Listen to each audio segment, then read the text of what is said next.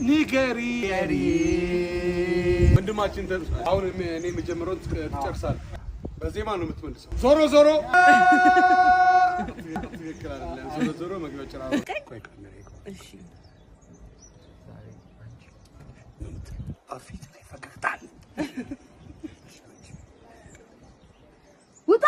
አንተ የተጎሳቆልክ ጎስቃላ እስከዛሬ ካንተ ጋር መቆየቴ ቆሎይን እየበላ አንተ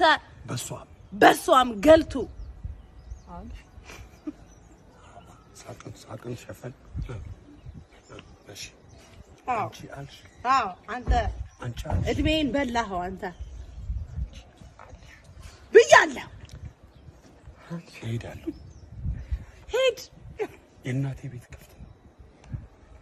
የአባቴ ቤት ክፍት ነው